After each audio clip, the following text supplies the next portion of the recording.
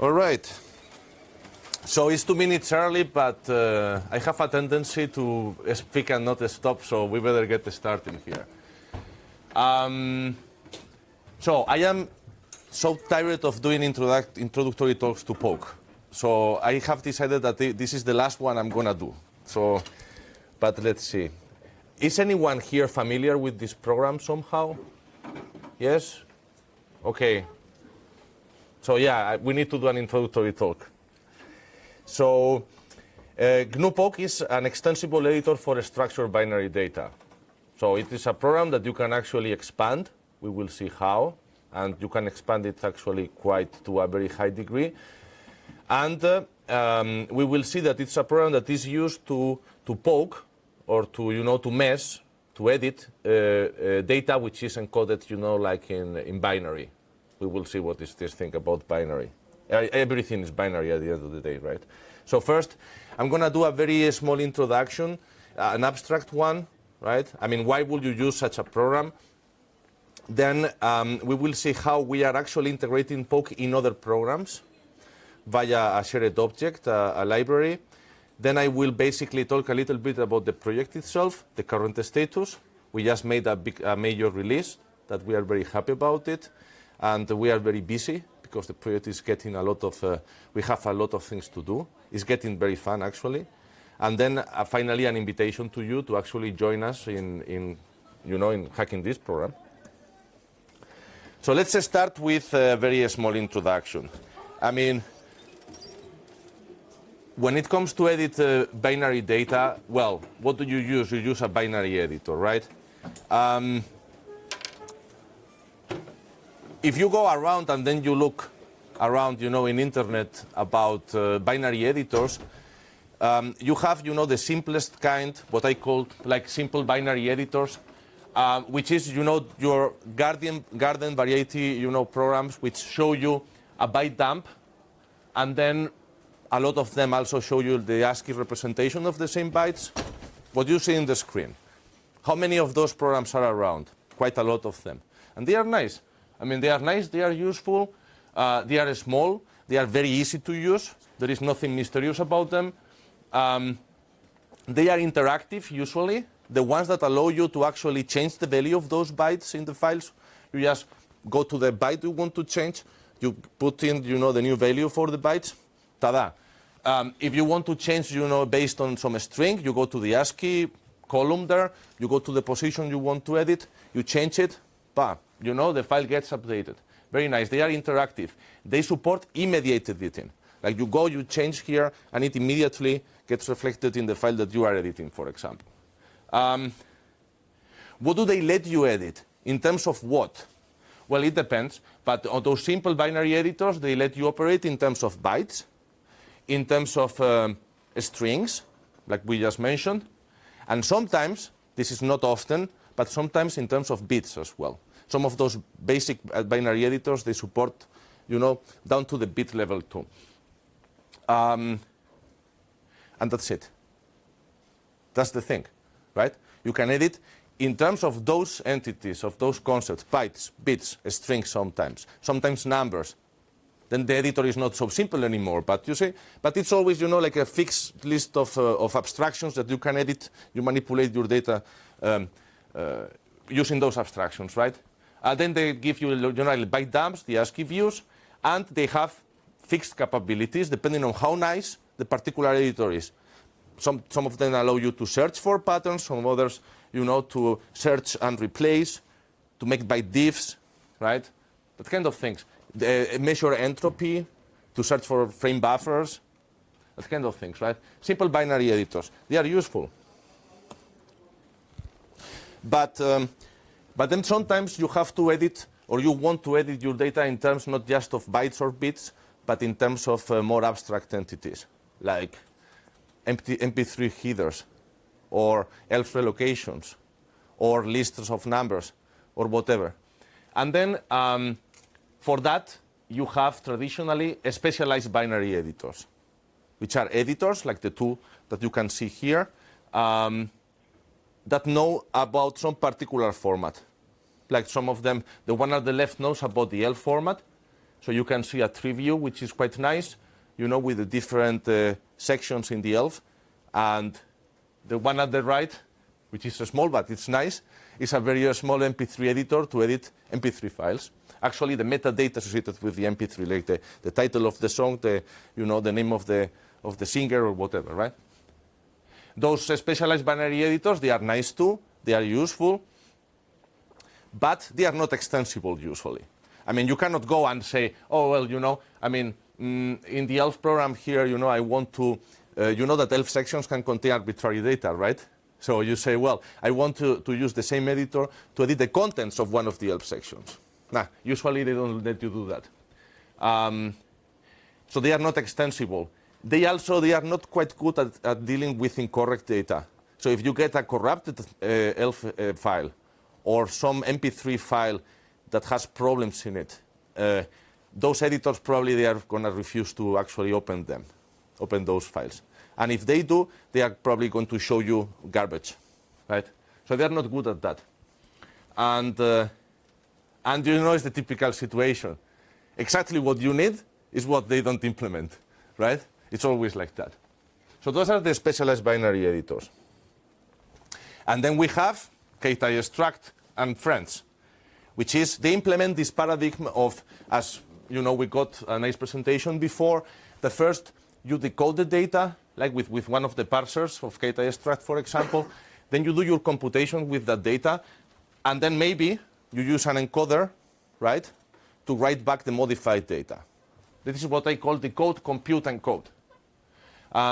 Programs like these are also useful. Those are extensible, like we have seen with KTIstruct. You can define your own structures. They use, usually, some sort of declarative way of describing the layout of those data structures. They generate code in several target languages.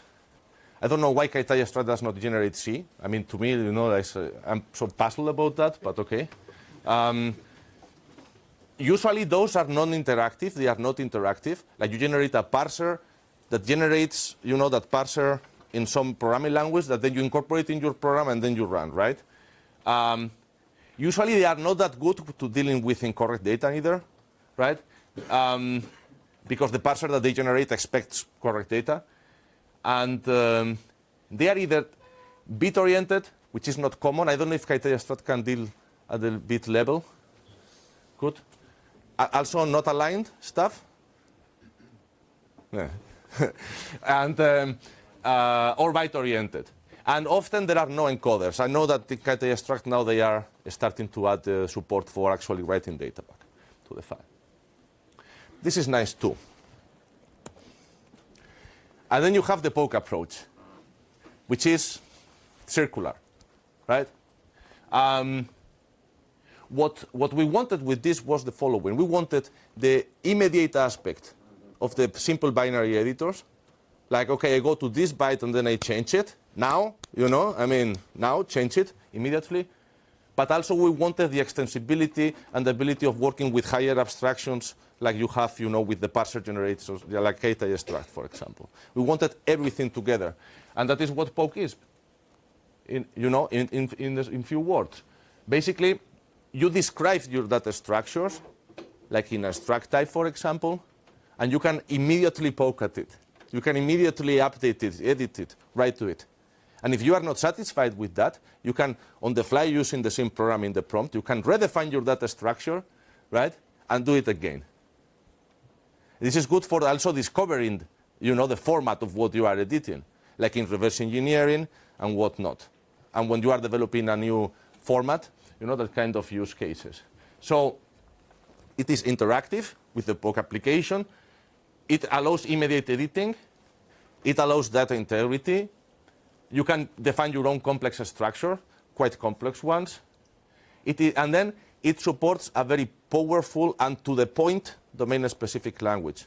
I'm a big fan of domain-specific languages because we have the ability and the brains to actually, talk in several languages and write in several programming languages.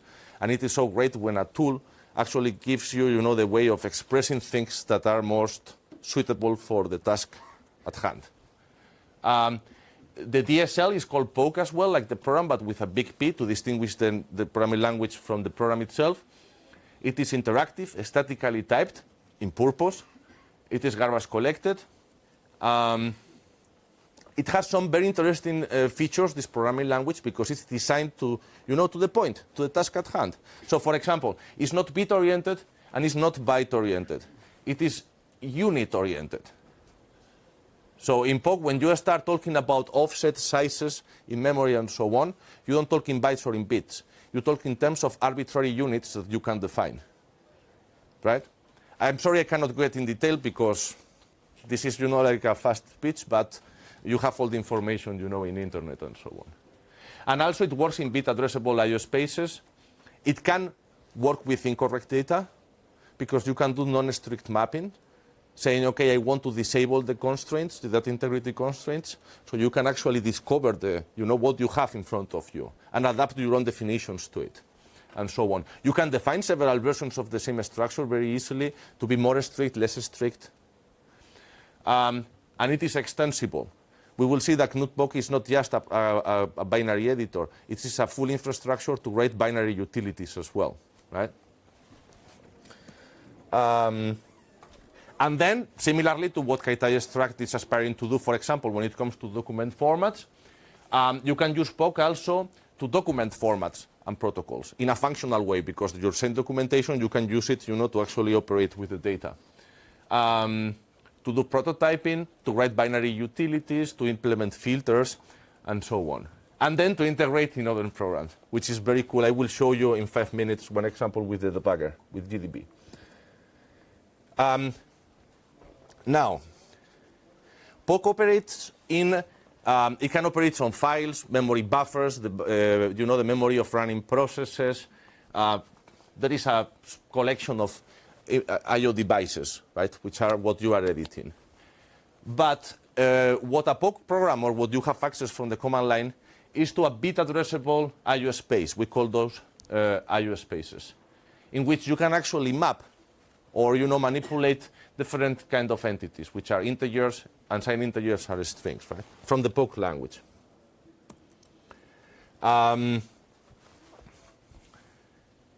Okay, we all know what bytes are, right? You will be surprised, many people don't. They are just little numbers in a certain range, right, from 0 to 255. So this is the way, in POC you have to refer to bytes. But what I wanted to show you, because I think this is the interesting part, is that is the way that you go, that in POC you have from going from bytes to actually encoding integers, right? So you see here, I don't know if you can see, you see here the I/O device there, which is the underlying device that you are editing, like the file, right? And then it has bytes, which are little numbers, right, from 0 to 255 in the range. And then the I/O space, which is on top of each byte, of the bytes, is the bit addressable I/O space that your POC programs actually see. But we all know that bits is actually a very interesting thing. Bits exist usually at the hardware level, then they disappear until you will recreate them, virtually, on top of those byte numbers, right? It's very interesting. But so from POC, what you see is the bits, that are conceptually on top of the bytes. And that's the POC type, for example. This is an unsigned 16 bits integer mapped in the I/O device at the first byte. But this is a boring example. It gets even more interesting. Like what we call weird integers, right? So for example, in POC you can operate with 12 bits unsigned integers, as naturally as you would do with a 32 bits unsigned integer. This is quite cool, actually, and useful, believe it or not. Then we have some conventions, to refer to the bits and everything. But this integer actually occupies one full byte and then half of the next one. Huh? But also you can go to less than 1 byte, right? Like in this case. So you can actually operate with an unsigned integer of 5 bits. And then it doesn't fill, the complete byte. Obviously, since everything that there is in a computer is actually bytes, at the drivers level, hardware level, and everywhere, this is an artifact, but it's a useful one. And POC also has full support for unaligned stuff too, right? So you can work with actually a 16 unsigned integer, shift to bits in the IO space. Can Kaitai extract do that? Yes? We will have to see. So yeah, so you could obfuscate your file just by shifting that 3 bits to the right, for example. Why not? Maybe fun. I included this here not to impress the cat, but to give you an impression, the impression that actually POC, that it's a serious program. I mean, it's not just, a stupid program, that poking at bytes here and there. We actually take it very seriously. And you can do this kind of stuff. And believe it or not, people need this kind of stuff. The other day in the IRC, we met the Multicians, which is a community of people who are, dealing with multics. And you will not believe what they need. Really. Right? I mean, like 9-bit bytes, it's unbelievable. And we are struggling to actually give that people what they need, because they have rights too. The multics people have rights too. Anyway, so the POC sphere, POC is growing and growing. This started with one simple. It was always a little bit special, but a little program, but it's getting out of hands at the moment. And in the sense that we have libpoc, which is a shared object. Obviously, first I made it in a program, but then Dodgy in one code, you are an asshole. Put it in a library. So I did. So, and then libpoc is a shared object that has the POC incremental compiler, the IO space support, and everything. We will see now with GDB as an example how you can actually make use of it in your own programs. Then POC is the command line application, right, which uses libpoc. But it's just a program, a very small program, with a prompt, like bin ls load elf. You can dump bytes, right? Oh, sorry, here. And bar elf 64 file at 0 bytes, stuff like this. The command line application. But all of the logic is actually in the shared object. Then you have other applications like GDB, which have, this is not upstream yet, it's in a branch upstream, but not in master. But they can actually use libpoc to give you POC capabilities. I will show you now in a 2 minutes little demo. There is a POC daemon 2 that Mohammed will talk about. Yeah, I have 10 minutes. Utilities, the pickles, which are the POC programs that give you the support for some particular format or some particular domain. Then there is an Emacs interface, of course. Then there is an Emacs mode for the POC program, Vim for unholy people for editing, the POC code in Vim, in VI, and something called POClets, and so on, and so on, and so on. So it's getting fun. And then the integration. I like this,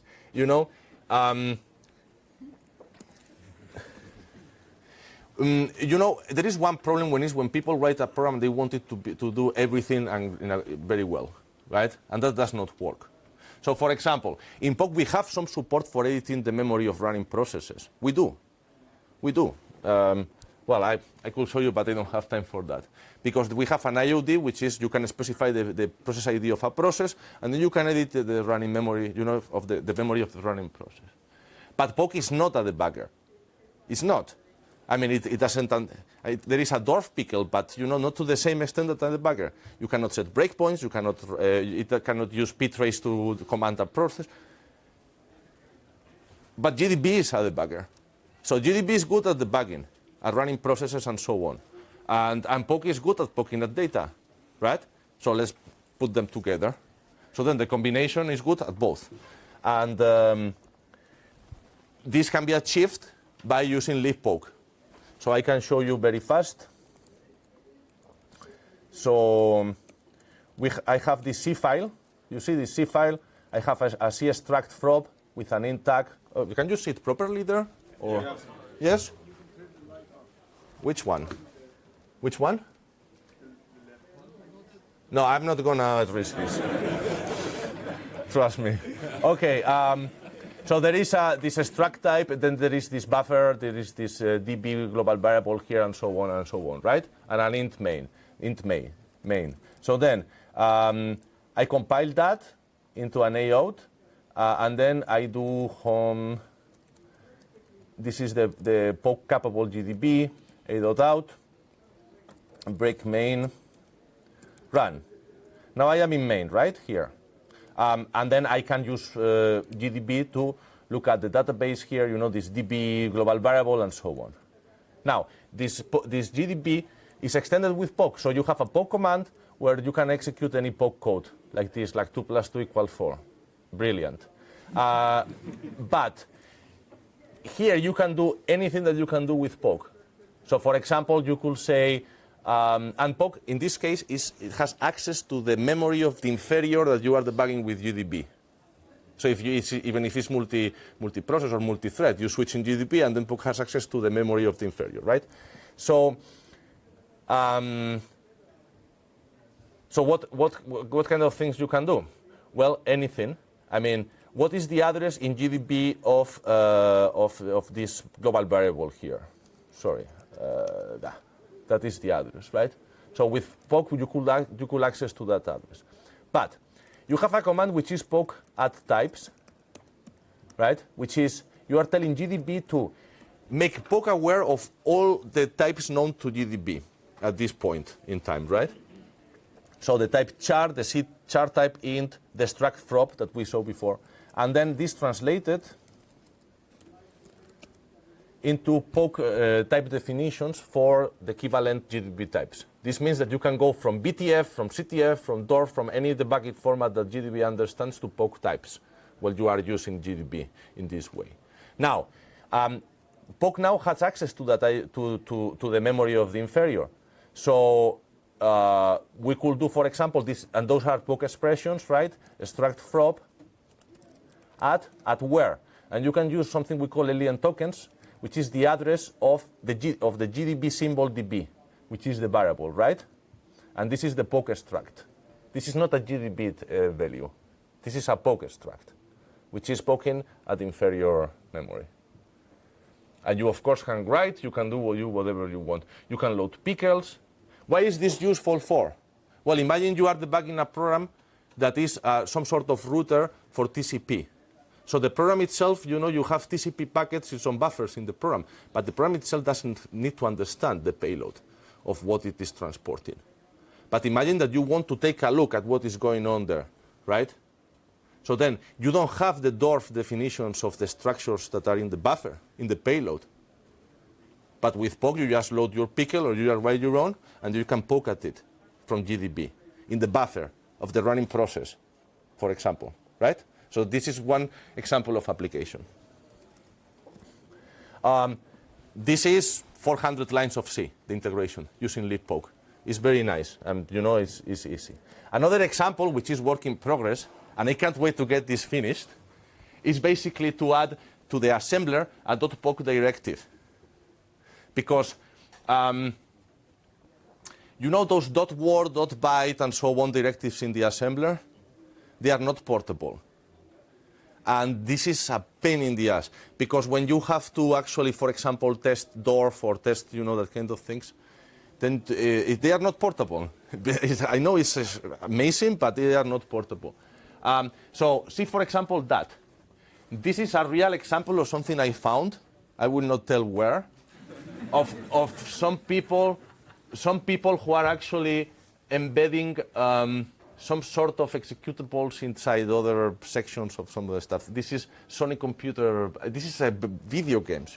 Kids, they do these kind of things, and that is a struct in theory of what? Of some header, right? For the PlayStation or whatever. Well, compare. You see? So once we have the integration in the assembler, then you will be able to load the PSXX pickle. It will be a small one where you define, the data structure of this X executable, and then you could poke at assembly time, like that too. And accessing gas assembler symbols, using alien tokens, like we saw you could do with GDB as well. So this is another example of integration. Yeah. So, and we are on these kind of things now. We are looking into parasiting other programs, and incorporating libpoke in them. So they do all the boring work, and we do the fun one. Okay. So what is the current status of the program? We just released poke 3.0 a few days ago. Up to now, we were doing one major release every year, and we had a maintenance branch, but people are not happy. Why?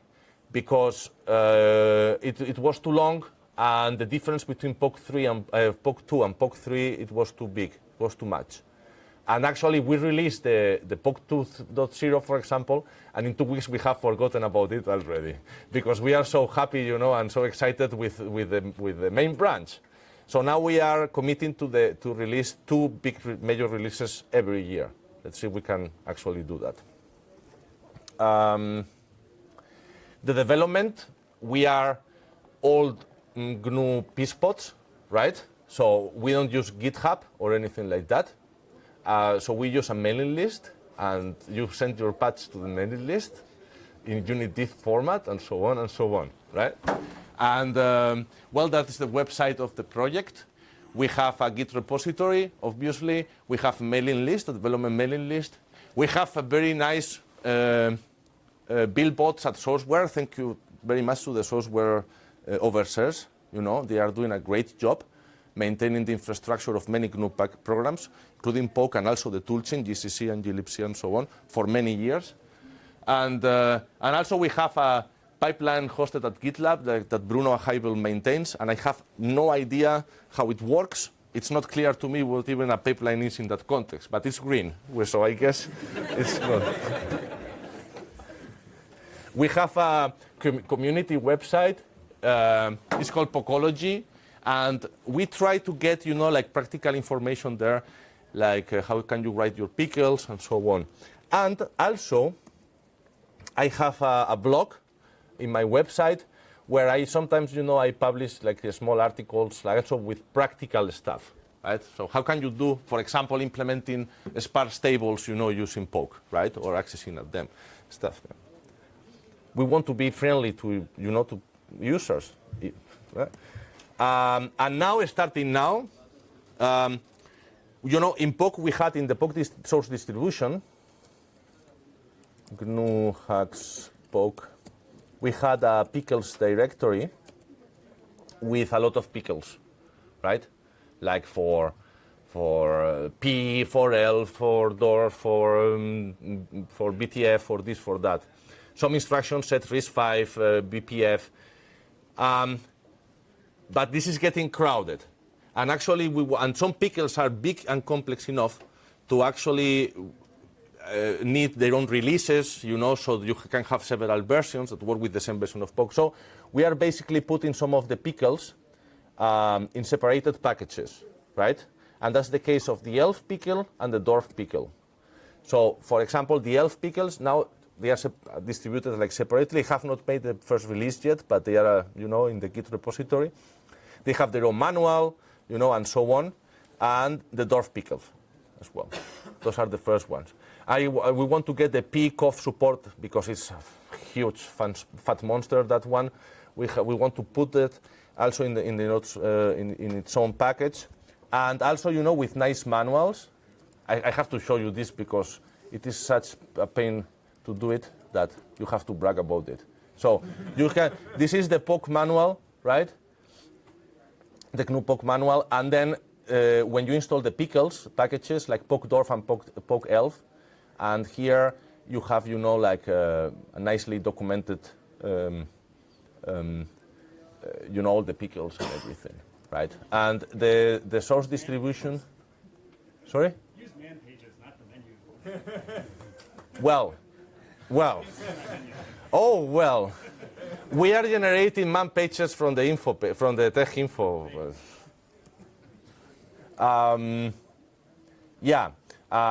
Then actually the idea is to use the ELF pickle because we are new writing pickles because poke is sort of new, right? So we are trying to discover our way forward. And but the poke elf pickles is sort of the canonical example. You know, we are using it that way. We are writing it very carefully. So if you want to write a complex pickle, you can look at it. You know, but well, and this is it. I am so sorry that I could not give you, you know, an actually taste of how this program is, but there is no time for that. And there are other videos in internet that I have done already. And then, if you want to join the development, please read the hacking file, because we took the effort of writing it. It's huge. It has a lot of good information, and absolutely no one reads it. So, thank you very much. Thanks.